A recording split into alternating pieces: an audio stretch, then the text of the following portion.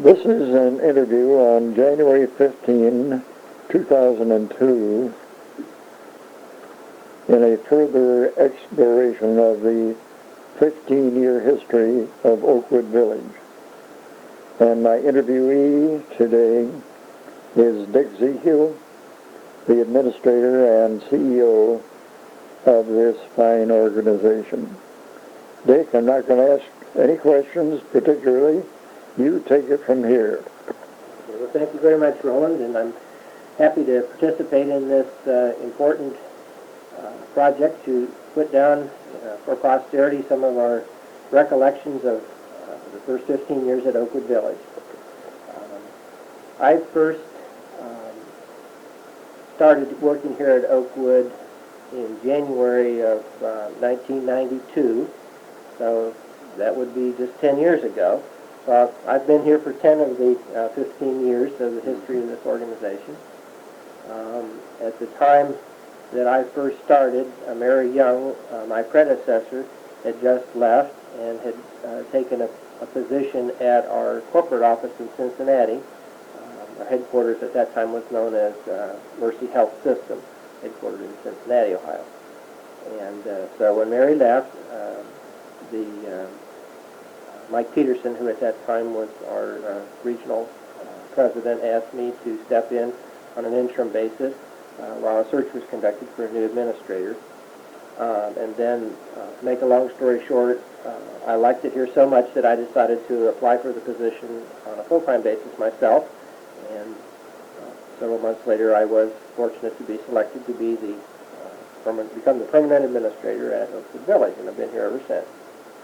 Don't regret for a minute having applied for it, and I've enjoyed the time that I've been here.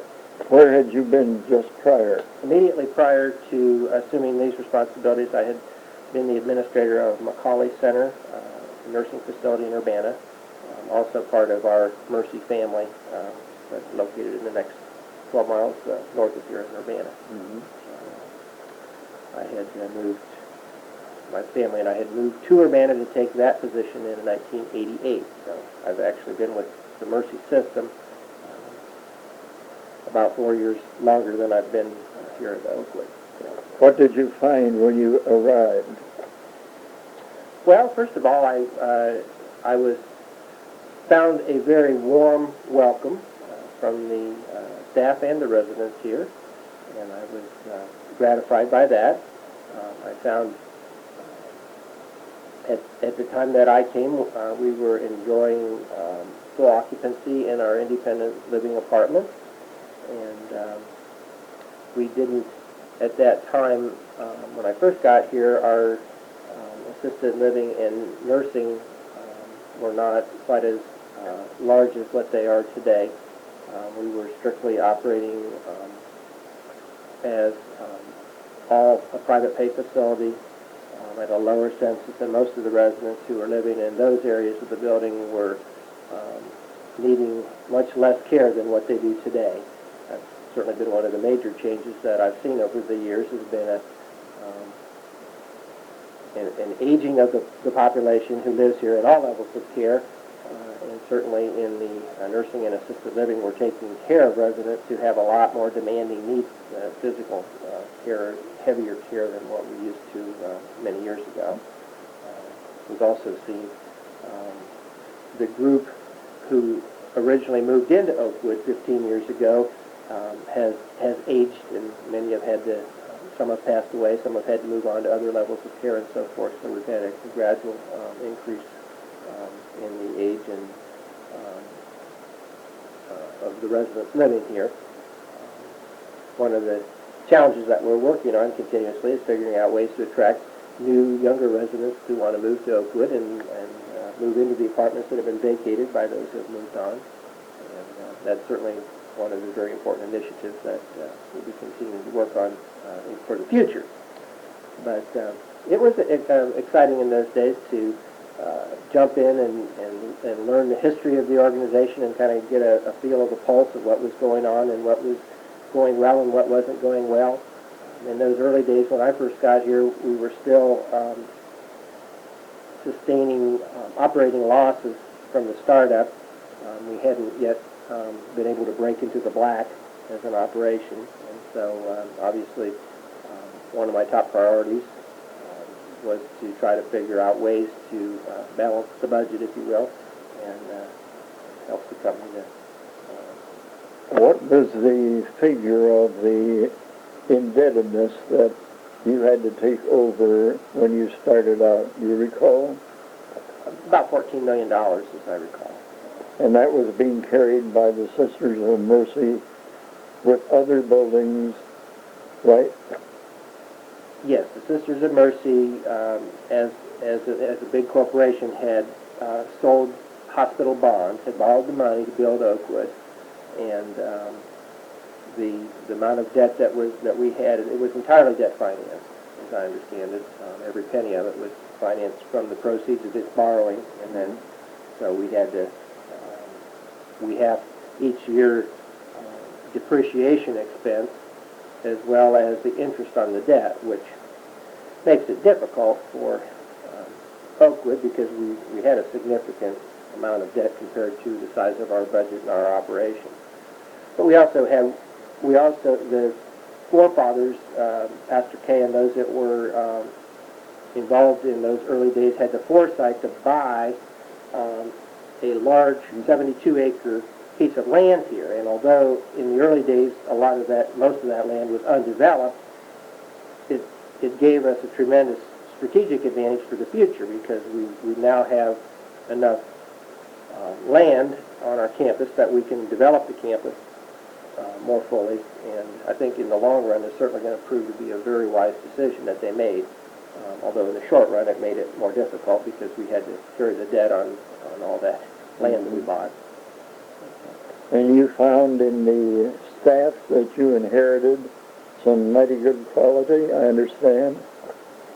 Absolutely. I would categorize that we certainly did have very good employees, and that's one thing that I think has been a continuing trademark, if you will, for Oakwood, is that we have been blessed with a fine caliber of people who've chosen to work here and who've taken a personal interest in getting to know the residents and their families and put more into it than just a job. But I like the family atmosphere here at Oakwood.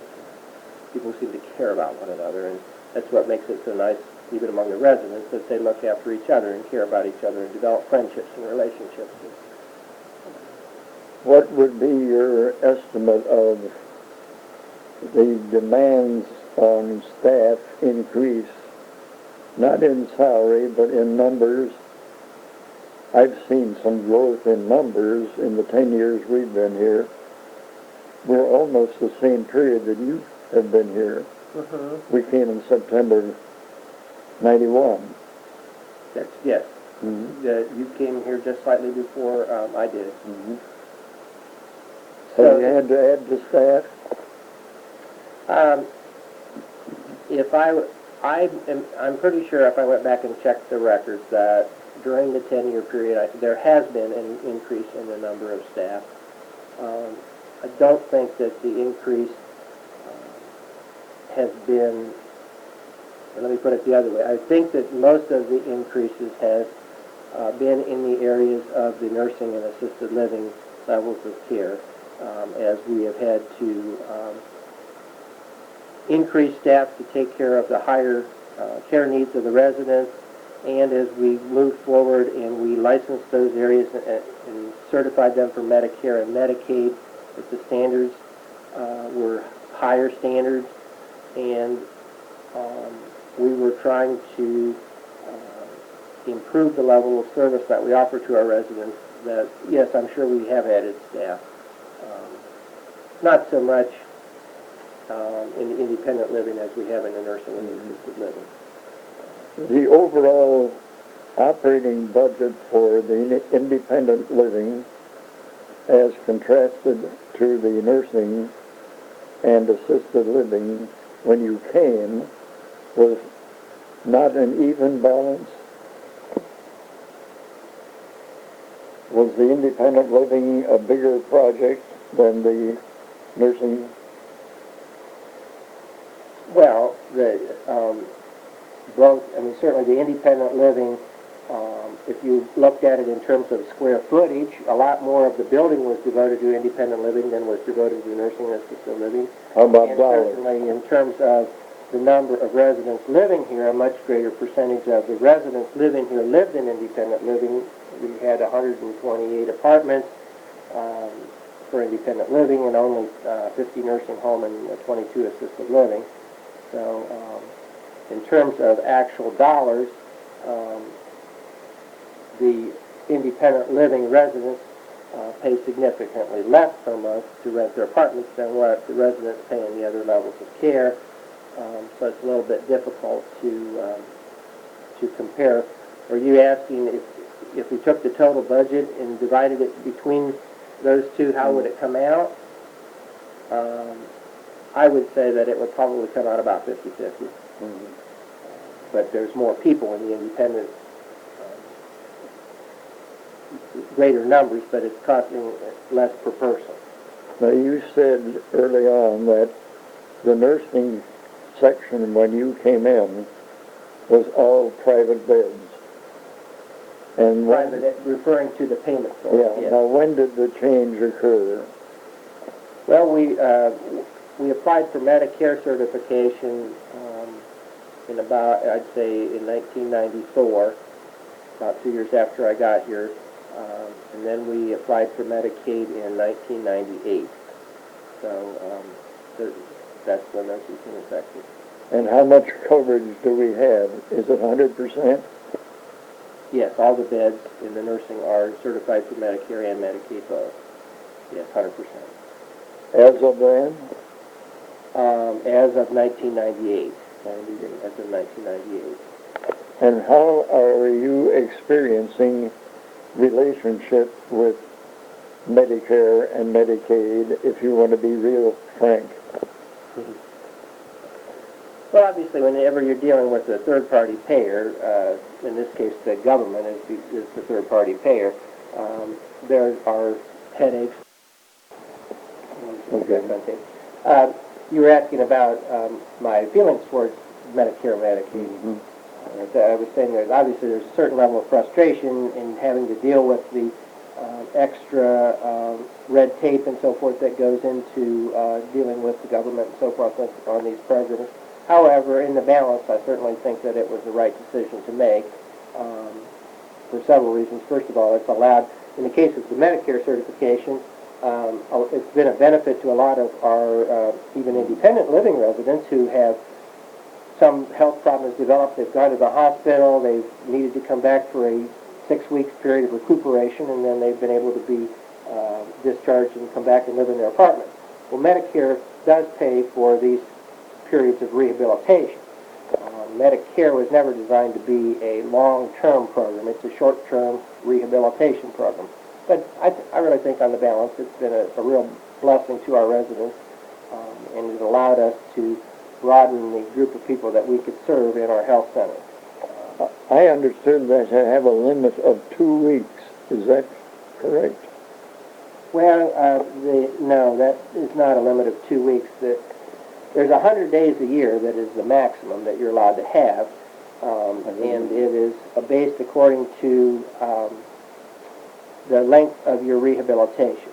For example, if you fell and broke your hip and went to the hospital and were treated for it, you have to meet a minimum 3-day stay in the hospital.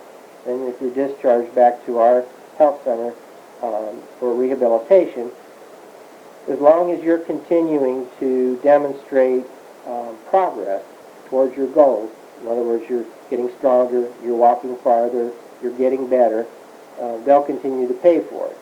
When you finally reach a plateau, when you're no longer getting any better, and you've either completely regained your functioning 100%, or you've gotten as good as you're going to get, and you're no longer making any further progress, then Medicare will discontinue paying for the treatment. And then at that point, you would either have to continue paying out of your own pocket or move from the facility. Now, Medicaid is a program funded both by the state and the federal government to assist people in financial needs. And while the majority of our independent living residents are not in that position at this time, almost anyone confronted with any type of a long-term stay in a nursing facility could, and likely would, exhaust their resources. And the nice thing about this is that should that unfortunate thing happen to someone, they don't have to leave Oakwood and move somewhere else. They can stay here.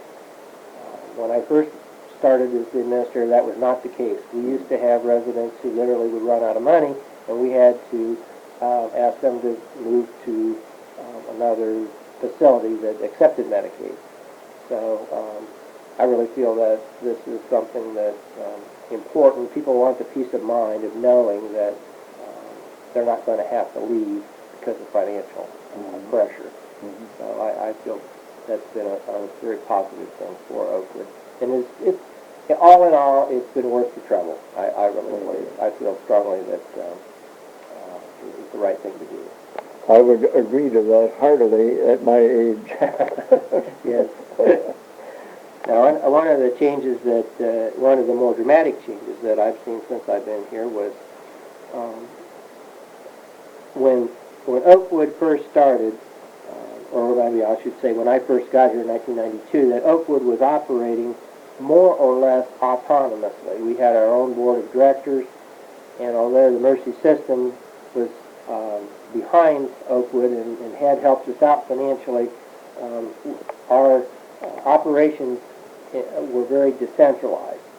And as time has passed, there's been a gradual evolution of our relationship to the other Mercy facilities and institutions in this area. I think it was probably around the 1994, 1995 that they established the company in Cincinnati, Mercy Health System, decided to establish and organize themselves according to regions. And so they set up this region here in Springfield, which they called the Western Ohio region of the Mercy system.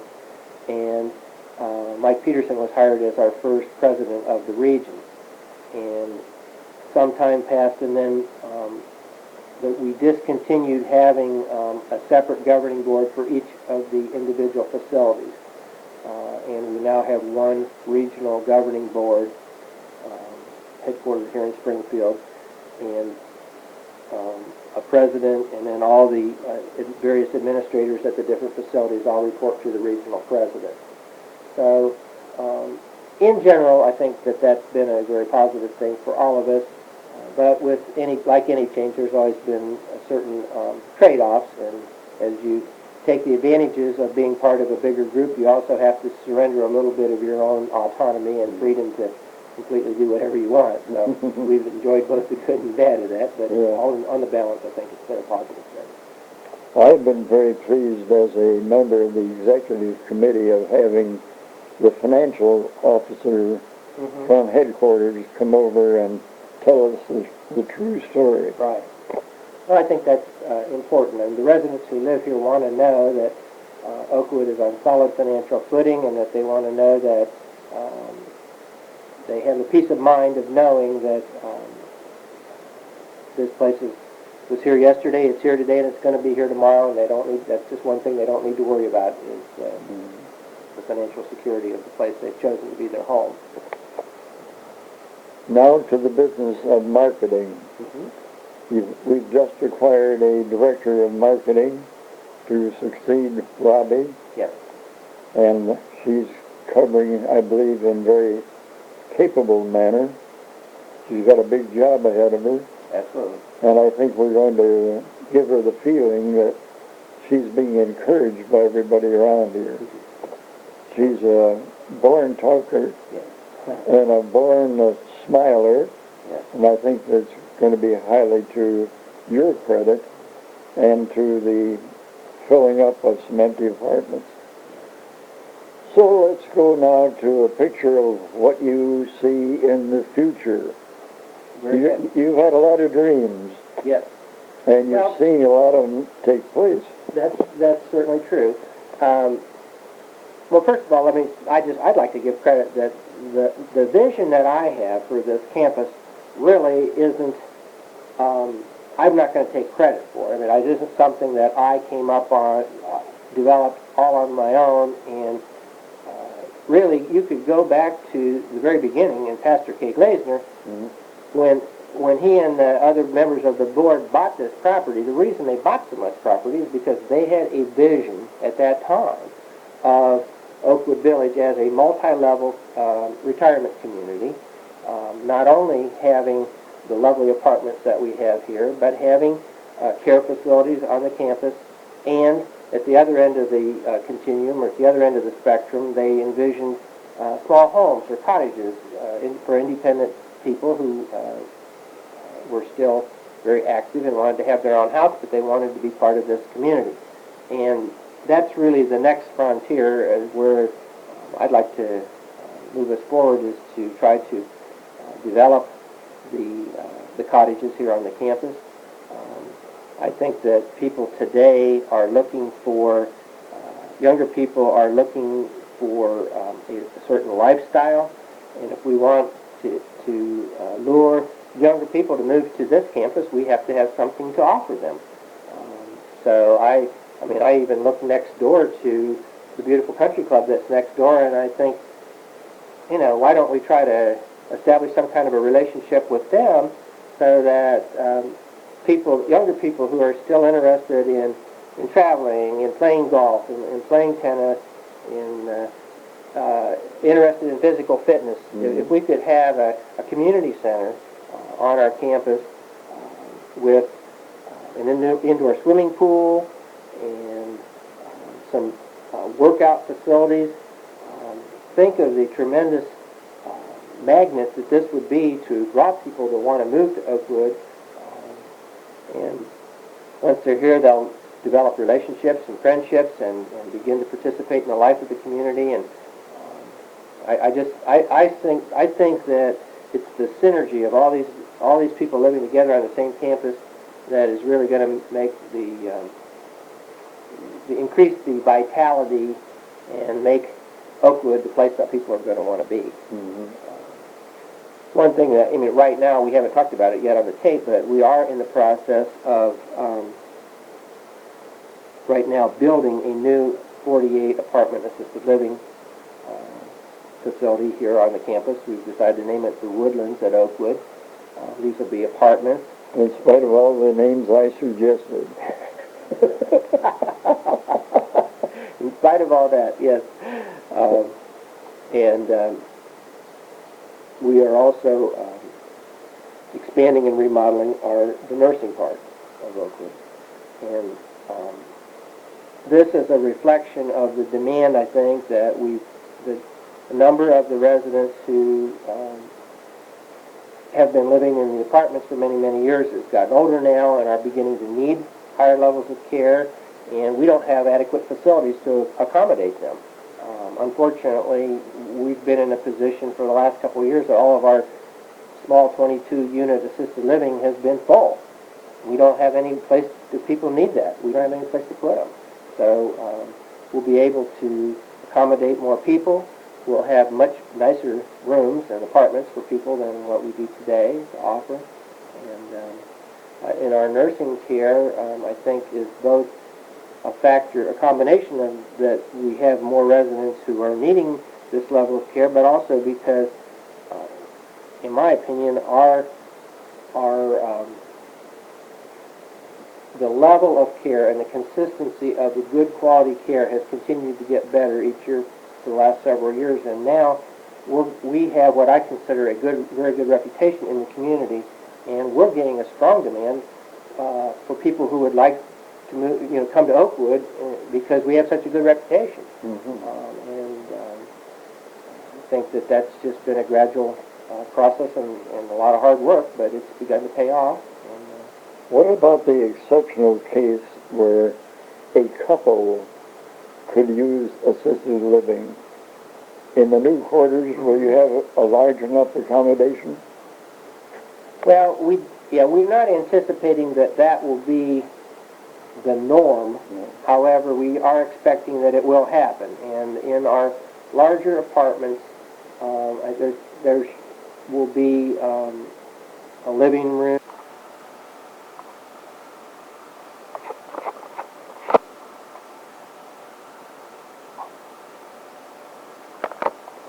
going to, as we're transitioning from the way we've been doing it to this new building, we're going to revise the way we charge for the services. And instead of having a flat daily fee such as we do today, we're going to move to having something more similar to what you have here in the apartments, so that there'll be a first-person fee, and then if there's a couple, the second person will have a reduced fee. Will not have to pay as much as the first person, because the first person is already paying for the apartment. Yeah. And so we're trying to make it more affordable so that couples, it's still expensive, don't get me wrong, but it would be in deference, in recognition of the fact that you have a couple, we need to have a pricing mechanism that makes that possible, so people could afford to live there. So we will be addressing that in our new addition when we open that. There's going to be the same kitchen, but there will be 3 dining rooms, right? Yes, we're lucky, we have a big, well-equipped kitchen at Oakwood, and we will have a separate dining room for each level of care. So that our independent residents will continue to eat in the dining room as they do now. The nursing home residents will have their own dining room, and then the assisted living residents will have a third dining room, totally separate from the other 2. And each group will then have their own space. Each level of care will have its own activities areas, its own lobbies, its own recreation and, I already said dining areas. We think this is important. Its own separate entrance, its own separate parking. If visitors come to see someone, they don't want to have to walk through another area of the building. If they come to see somebody in assisted living, they don't want to walk through a nursing home to get to it. They want to be able to come right in and go to their apartment. Yeah.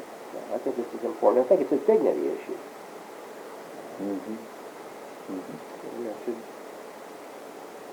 Are you going to have to do a lot of black shopping? Yes, we've created a new parking lot because we built the new assisted living is going to be right where the old health center parking lot used to be. So obviously we've had to do some blacktopping there. And then as we open up the entrance to the new assisted living, there'll be a road going around there and some parking areas created. Obviously you don't want to pave any more than you have to because we appreciate green space, but we also need enough parking and so forth for easy access. We'll still have the present entrance, right, from the street and Yes, the road? there'll be no change there. It'll be the same entrance up the building. Okay, what would you like to add that I haven't asked you to explain? Well, I would just like to add a note of, I guess, optimism for the future, that an optimist you can either look at the situation and see all the problems you're confronted with and allow yourself to focus on that, or you can look at all the exciting good things that are happening and get really enthused about the future, and that's where I'm at right now. Is that I think we are poised to, as we're into the 21st century now, that we are really poised in very well positioned to have a successful, the next 10 years should be very successful here at Oakwood. We have advantages that no other retirement community in the area has. I mean, with the exception of the Masonic Home, we are the only retirement community in this area that has a large campus like this with the multi-levels on the same campus, which I think is very, very important and a strong plus. When people move here, they like to know that they're part of a continuum of care, and if they need other levels of care, it's available.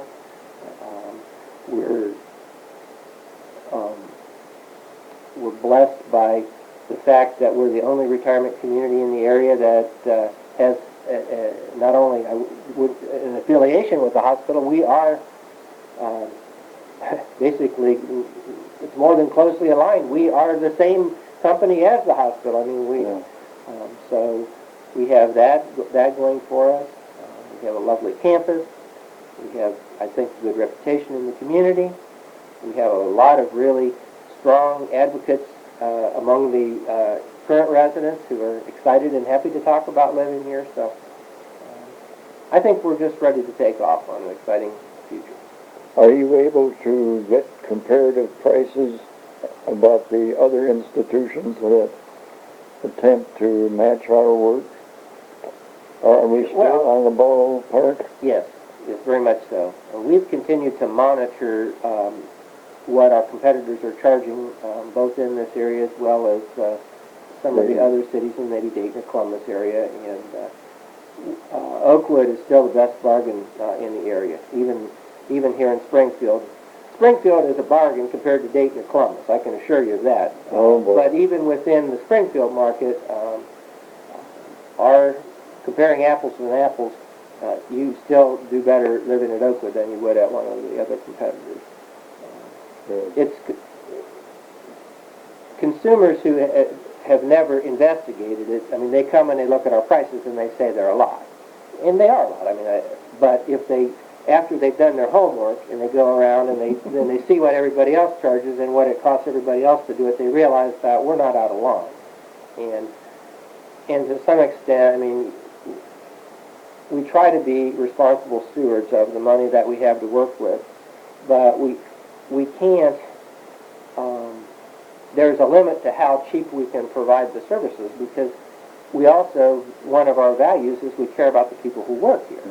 And so, you know, you have to pay them a reasonable wage, especially in today's labor market when everybody's got help wanted signs out, and in order to attract and keep good people, you have to pay them fairly, and the benefits are quite expensive. So I'm thrilled at how many long-term employees we have here at Oakwood, people who have been here longer than I have, and who stick with it. And part of it's money, but I don't think that's the main thing. I think it's because they like working here. I'm very happy with the fact that I was able to be a volunteer treasurer here, and to see the people so willingly make a contribution to the Christmas bonus for our part-time and our full-time hourly wage people. And the response that the young people have given to getting this bonus has just been, I think, tremendous and very gratifying. And I don't hear that being done anywhere else. Well, I don't know of anywhere locally that it's being done. I've heard of other communities and other cities similar to Oakwood where they did have this type of programs, although I couldn't say if they've been nearly as successful as we have. But I think that the fact that our residents, year after year after year, have been so generous in sharing freely, with no pressure. I mean, there was no free will offer, free will gift, no pressure. That they would share so generously is an indication to me that they really care about the people who work here, and I guess it's almost, I view it as a barometer of the health of this community. That, I mean, it must be a healthy community if people feel this good about it that they want to share with one another. I interpret it that way. I saw this exemplified just last night at the front door to the main dining room. Elizabeth Smith, who's now a graduate of our serving staff in the dining room, was there in a sort of helping out the hostess. And she greeted people with a hug at the door. Yeah. She didn't have to do that, but she just wanted to. Yeah. Because she felt like they were friends. I've seen that over and over again. Right. People that they'll go above and beyond the call of duty because they care. Well, my good friend, I commend you for doing an excellent job. Thank you very much. Appreciate it. Yep. And I see a bright future. And I'm glad to get this record. And I think someday somebody will say, well, Matthies and Zechiel came up with a good idea. I think it is a good idea, and the years go by and you forget to write things down or you lose the records, and I think it's really important to discipline yourself to sit down and actually try to capture some of this before it gets lost. So that's the end of our interview. Thank you. Barbara, that's the end of this tape. Thank you.